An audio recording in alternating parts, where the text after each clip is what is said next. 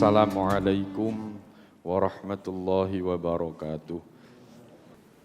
Bismillah, alhamdulillah, wassalatu wassalamu ala rasulillah Sayyidina wa maulana Muhammad ibn Abdillah. La hawla wa la quwwata illa billah. Qalu subhanaka la ilma lana illa ma 'allamtana innaka antal alimul hakim.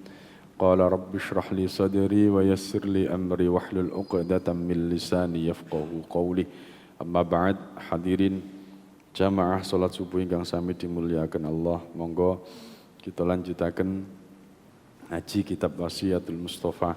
Saderengipun monggo kita maos Fatihah ingkang kita hadiahaken dumateng Kanjeng Nabi Muhammad sallallahu alaihi wasallam. Nomor kalih kangge musannif kitab ini Syekh Abdul Wahab Asy-Sya'rani.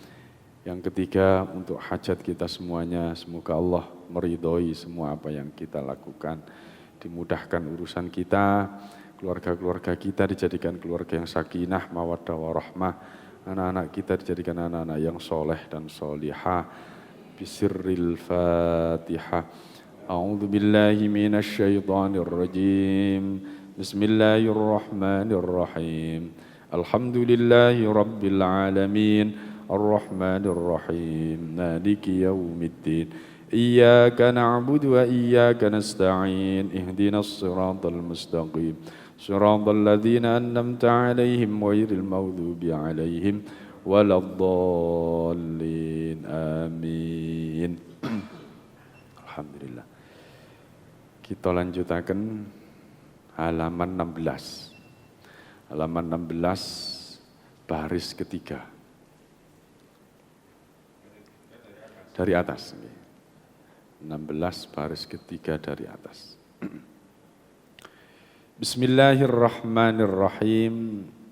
Faslun fis sidqi was sadaqah. Faslun utawi iki iku fasal fis sidqi ing dalem nerangaken temen jujur, was sadaqati lan kekancan. Tulisannya niku sodakoh, mestine enten alife, was sodakoti. Ini bedanya kata Arab dengan Indonesia nih ngeten iki. Jadi beda alif saja, salah baca panjang dan pendek saja artinya sudah beda. Was sodakoti niku artinya nggih sodakoh. Tapi nek dikai was sodakoti niku kekancan. Konco. Nah, itu. Jadi beda. Ya. Lah niku tune maca Al-Qur'an niku nggih panjang pendeknya harus benar. Ya, panjang pendeknya. Apanya panjang pendeknya? Termasuk makharijul huruf niku nggih penting. Ya, makharijul huruf niku salah bacaan pun salah arti. Al-ajili kali al-ajili, ini kan podo, wacanane podo. Tapi kalau tahu makharijul huruf, maka beda bacaan. Wal al-ajili ain, al-ajili itu perkara dunia, masa kekinian. Ajil itu masa kini. Ya. Tapi al-ajili, alif ajili itu urusan besok akhirat. Kan beda sangat jauh. Dunia dengan akhirat, dunia sementara, akhirat selama-lamanya, beda sekali. Ini pentingnya ngaji ya, makharijul huruf, ngaji panjang pendek, tajwid, itu pentingnya di sini. Qala alaihi salatu wassalam, ngendika Kanjeng Nabi Muhammad sallallahu alaihi wasallam, ya Ali, he Ali, ustuk temen sira wa indorro lan senajan mudoroti opo temen opo jujur ka ing sira fil ajili ing dalem saiki, al ajili ing dalem dunia ya. Fa innahu mongko setuhune temen, mongko setuhune jujur iku tanfa'u bakal manfaati opo jujur ka ing sira fil ajili ing dalem besok. Ing dalem besok niku ing dalem akhirat. Wala takdzib lan aja goro sapa sira wa in nafa'a lan senajan manfaati apa goro mau ka ing sira fil ajili ing dalem saiki fa innahu mongko setuhune goro iku ya durru bakal mudharati apa goro ka ing sira fil ajili ing dalem besok. Ini nasihati Nabi. Nasihati Nabi ustuk jujur sira. Wa in dorroka walaupun napa mudharati napa mudharati niku membahayakan kepadamu. Fil ajili dalam urusan dunia. Fa innahu karena sesungguhnya jujur itu yanfa'uka akan memberikan manfaat fil ajili di akhirat nanti. Pokoknya goro niku nggih gak enak. Orang yang sudah sekali ndak jujur itu akan terbelit dengan ketidakjujuran yang lain. Itu pasti. Gak jujur siji, engko koncone akeh. Untuk membenarkan ketidakjujurannya itu. Sekali gak jujur, akan terus ketidakjujuran itu kita kondisikan untuk seperti itu. Akhirnya apa? Dosa itu akan semakin berantai dan semakin berantai. Wala takdzib dan janganlah napa takdzib niku? Goro niku napa? Ojo mbujuk. Wa inna fa'aka walaupun membujuk walaupun goro niku bujukan niku memberikan manfaat di dunia kita. Fa innahu karena sesungguhnya bujukan niku mau yadurruka fil ajili di akhirat nanti akan membahayakan kita. Jadi wow, gudange dosa niku kaitane nggih goro niku. Goro, bujukan, bujui wong. Dan orang yang bujuk itu mestine uripe anteng tenang napa mboten? Mboten. Napa? Engko nang konangan. Engko nang konangan. Ya apa sampean bayangno nek konangan niku. Akhirnya apa? Napa niki mengkondisikan ya apa supaya gak konangan. Akhirnya cari-cari alasan, cari-cari yang mendukung sehingga kegoroan-kegoroan yang lain akan muncul dari kegoroan yang pertama itu. Nah, yes, gak enak pokoknya. Yes, jujur-jujur aja. Jujur-jujur aja. Jujur-jujur aja. Okay? Bismillahirrahmanirrahim. Ya Ali. Lanjutnya. Hei Ali, mansapane wong kasura kang akeh apa dzunubuhu dosane wong dhahaba mongko ilang apa bahauhu padange wajahe wong, bukan padange lampu. Orang yang banyak dosa itu ya wajahe niku mboten enten sinare. Napa? Surem. Secara kasat mata saja mungkin kita bisa ya. Apalagi orang-orang yang mukasyafah, orang yang bisa dibuka hatinya oleh Allah untuk melihat sirrinya seseorang, untuk melihat hatinya seseorang. Yai Rosyid ini pundi Yai Rosyid ini? Sudarjo, Tulangan. Ya. Ngendikane Yai Rosyid itu, jangankan orang yang punya dosa, ya. Orang yang lagi, ngapunten, perempuan yang masih lagi waktunya datang bulan, itu bisa dilihat sekujur tubuhnya itu berdarah. kelihatan darah yang sekujur tubuhnya itu kelihatan darah penuh. Mulane orang-orang dulu itu kiai-kiai kita, kiai-kiai sepuh niku, orang yang lagi datang bulan itu tidak boleh masuk masjid. Kalau sekarang kan fikih-fikih kontemporer kan gak apa-apa masuk masjid. Sing penting enggak netes. Nah, sing penting kan ilatnya itu kan, alasannya itu kan biar tidak netes, biar tidak masuk ke masjid kan gitu. Najisnya tidak sampai masuk masjid. Tapi orang-orang sekarang dicari sumber masalahnya kenapa enggak boleh lewat masjid itu ya itu tadi.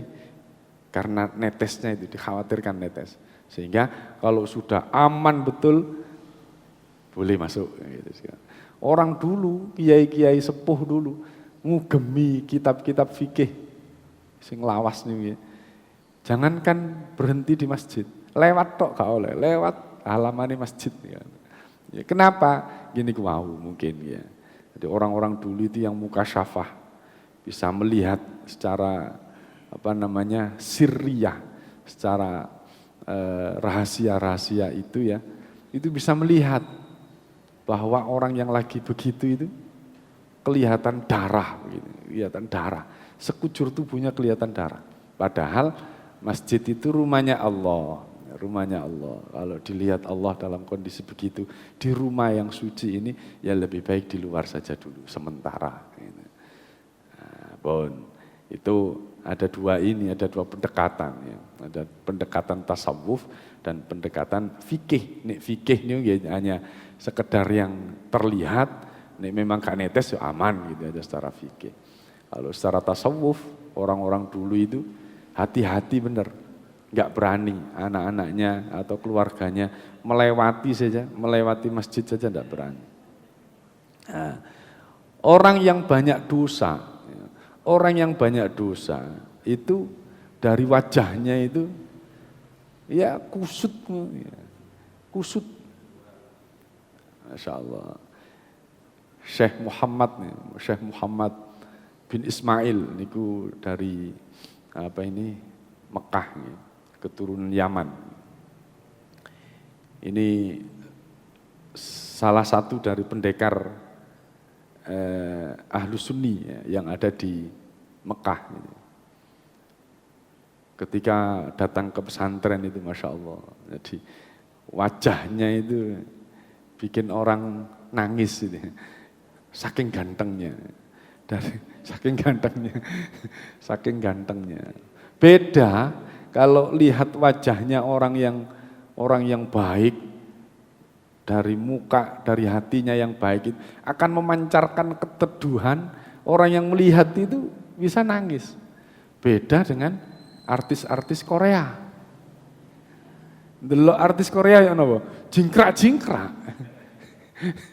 Kalau wingi kula teng Hotel Viv nih, budi niki rongkot nih. Padahal masa pandemi ya. Ada konser Korea. Ya Allah, di teng ballroom niku isine arek nom-nom tok. Ya nek gak kudungan kabeh ngono iki. Kudungan kabeh. Jingkrak-jingkrak nggih joget ala Korea pas metu kula mboten apal blas sapa sing artis Korea. Metu siji ngono ketok gilap langsung woe bingung jingkrak-jingkrak. Kayak wong kesetrum ngoten kaya wong kesetrum. Safa melok Safa. Bene melok. Ya Allah. Jadi lali. Tapi nek ndelok wong alim, ya, ndelok wong alim, bagusnya muka itu bikin orang kesetrum. Kesetrum atine jadi baik. Jadi nangis.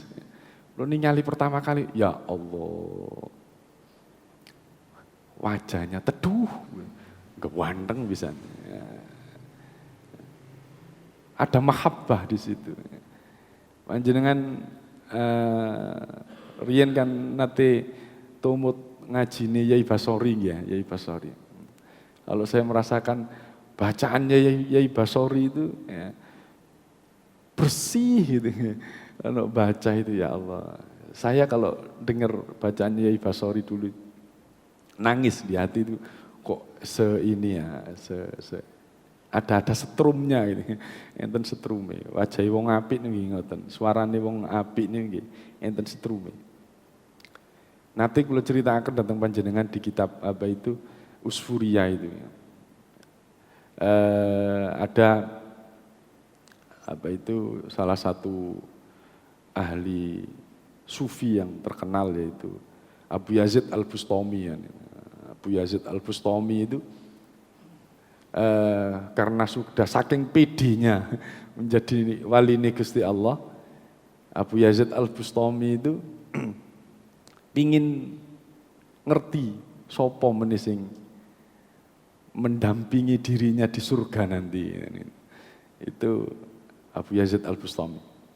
Kemudian dimimpikan oleh Allah meni sing dampingi awakmu nang nggone swarga iku wong gone kono Siwalan Kerto, Kampung Seng ngono. Umpamane ngoten. Diparani kali Abu Yazid Al-Bustami. Ciri-cirine jelas, wonge gedhe dhuwur, wonge ireng, rambutnya keribu. Wis pokoke jelas lah. Ternyata dari ciri-ciri yang ada itu Abu Yazid Al-Bustami niku heran. Loh, mosok wong iko, tapi ciri-cirine iya bener. Wong Siwalan Kerto Kampung Seng, wong ireng kribo. Ternyata orang itu lagi menemani orang-orang yang lagi minum-minuman khamr, ngancani wong-wong sing padha napa? Keplekan niku jeblek. Kaget. Mosok iya, mosok iko. Jangan-jangan mimpiku tadi itu mimpi dari setan. Akhirnya Abu Yazid Al-Bustami ini bangsul miri teko nggone kono. Nah, ketika mau kembali ke rumah, ya, mau balik dari Kampung Seng itu dipanggil oleh orang ireng kribo mau itu. Abu Yazid sebentar, Abu Yazid. Loh, orang itu kok tahu nama saya gitu. Kok tahu nama saya? Kenapa sampean kok pulang? Katanya pingin menemui teman di surganya. Nah, ini saya sudah ada gini kok panjenengan pulang, tambah kaget maneh. Loh, kok ngerti wong iki? Sapa sing ngandani gitu lho. Padahal wong koncoan karo wong ngombe, koncoan karo wong ya. Koncoan karo wong ngombe. Lah kok ngerti nek aku iki diutus karo Allah untuk mencari orang tadi itu. Nah, akhirnya Abu Yazid penasaran, diparani. Iya, memang benar. Saya itu pingin minta kepada Allah, pingin tahu nanti seandainya saya masuk surga itu siapa teman saya. Iya, saya tahu kalau kamu mencari itu. Ya saya ini temanmu. Loh mosok sampeyan dadi koncoku nang gone swarga. Nah, ya aku wae ibadahku koyo ngene sampeyan enak-enakan kene karo ngumbang-ngombe enak sampeyan. Akhirnya apa? Hadirin jamaah rahimakumullah. Ngene lho. Aku nek kene iki omben-omben karo wong sakmene iki, sampeyan ngerti sing tak ombe iki. Iki banyu putih. Walaupun ketoki secara dohir iki arak, tapi ketika masuk di mulut saya ini jadi air putih. Menjadi air putih. Lah lapo sampean kok lungguh-lungguhan nek kene melok keplek-keplekan karo wong-wong nek kene iki. Abu Yazid asline anggota keplekan ana kene iki 80 wong. 80 wong. Sing 40 wong iki wis mentas tak arahno dadi wong apik. Wis dadi mentas kabeh. Karek wong 40 iki ngenteni oleh hidayah teko sampean. Nah, ngenteni hidayah teko sampean. Mulane Allah itu menyiapkan teman sampean di akhirat nanti itu yo aku iki. Kenapa? Untuk menyempurnakan 80 orang di kampung Siwalan Kerto, Kampung Seng mau iku ngenteni 40 iki mentas kabeh. Lah sing iso ngentasno sampeyan Abu Yazid. Rodok keder Abu Yazid. Iki yo apa carane ya? Ya apa carane mosok iso ya. Akhirnya apa? Abu Yazid karena dibilangin begitu dan dia yakin betul dan faham orang ini saja belum diberitahu, belum saya beritahu kalau mencari dirinya saja tahu berarti ini walinya Gusti Allah. Wali ini Gusti Allah wis ngomong koyo ngene, aku yakin. Yes. Aku yakin setelah ini dengan doa saya semua 40 orang ini akan dapat hidayah. Kemudian Abu Yazid diberi kesempatan untuk bicara. Tuan-tuan, aku ini Abu Yazid. Kaget kabeh. Loh, Abu Yazid yang ini ahli ibadah yang terkenal itu. Iya. Saya berdoa untuk panjenengan semua setelah ini panjenengan mentas nggih saking kampung Seng. Nah, akhirnya hadirin jamaah rahimakumullah, setelah didoakan sudah 40 orang itu dapat hidayah semua. Kenapa? Itu tadi. Dari wajahnya itu ada mahabbah, dari wajahnya itu ada sesuatu yang menarik hati, dari kebaikan ibadah-ibadah kita, apa yang terucap dari mulut kita ini membawa mahabbah, membawa strum untuk kita ini jadi baik. Mulane kekancan karo wong apik itu, kekancan karo wong apik itu penting. Kenapa? Itu tadi. Dari wajahnya kita akan tersetrum untuk jadi baik. Dari mulutnya keluar kebaikan-kebaikan yang mengajak kita untuk jadi baik. Dari sisi metafisika, dari kajian metafisika, orang yang baik, orang yang biasa zikir, itu ada aura kebaikan. Itu ada aura kebaikan. Sehingga kalau kita senantiasa berada di tempat orang baik itu, kita akan ada di medan magnet kebaikan itu. Akan kesetrum dewe untuk jadi baik. Mulane sik luwe apik wong melok ngaji subuh walaupun turu. Walaupun ngantuk, tapi saiki gak oleh ngantuk. Soalnya tak delok. Ketok. Ono kitabe nek ngarep. Kitabe larang bisa nek ngarep. Nggih, kitabe larang. Jadi itu pentingnya berteman dengan orang baik itu di situ. Pentingnya berteman dengan orang baik, pentingnya di lingkungan yang baik. Pentingnya di lingkungan yang baik. Jadi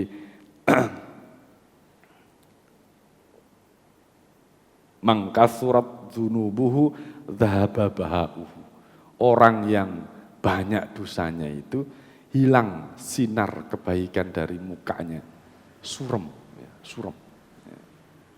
Allah. Kula nate ningali niku generasi-generasi kita niki nggih. Ayolah, mugi-mugi diselamatkan sedaya.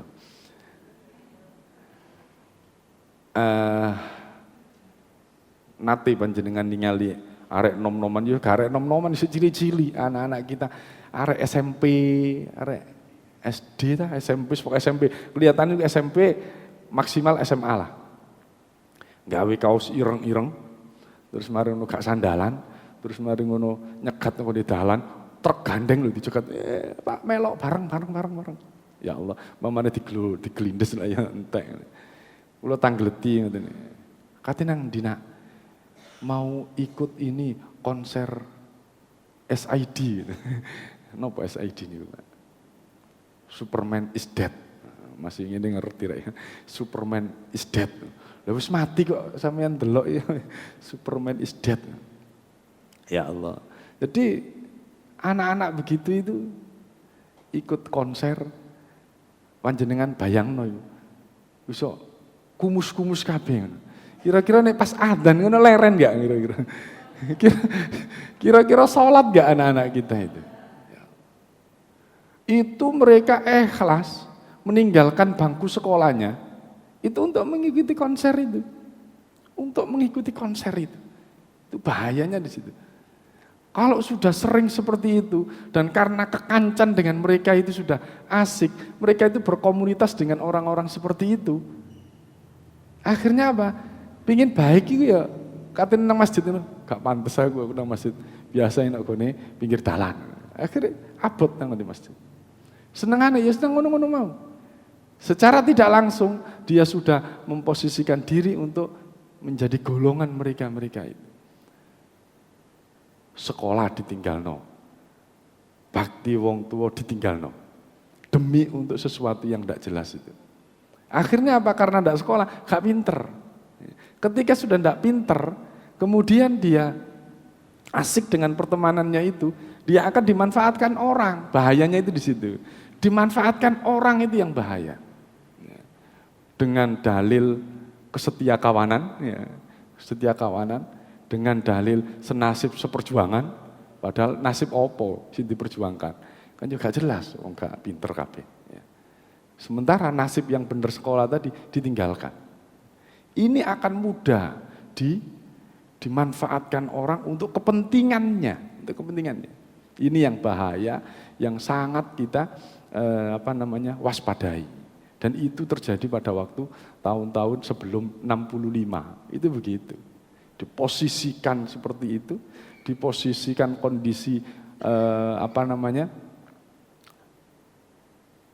hancur, ekonominya hancur, akhirnya ada orang-orang yang posisinya sama, dibuat sama hatinya, terus kemudian mereka digerakkan oleh sebuah kekuatan untuk memberontak pemerintah. Itu yang bahaya.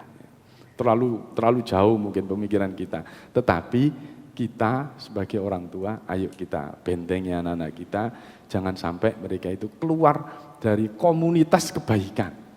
Komunitas sekolah, komunitas masjid, komunitas terbangan, komunitas solawatan di masjid. Pun, masih sampean gak seneng solawatan, masih gak seneng terbangan, ojo aru-aru sing terbangan.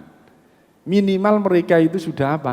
Membuat media untuk anak-anak yang daripada mereka ke sana, lebih baik ke sini, lebih aman. Nah, gitu, ya. Hadirin jamaah rahimakumullah, niku mawon ingkang kita kaji. Jadi ayo kita berusaha menjadi orang yang baik, karena kebaikan itu akan yajlibul khaira, akan membawa kepada kebaikan yang lain. Ya. Kemudian kejelekan itu akan membawa kepada kejelekan yang lain. Oleh karena itu kita berusaha, semoga kita semuanya dijadikan oleh Allah sebagai hamba-hambanya yang baik. Al-Fatihah.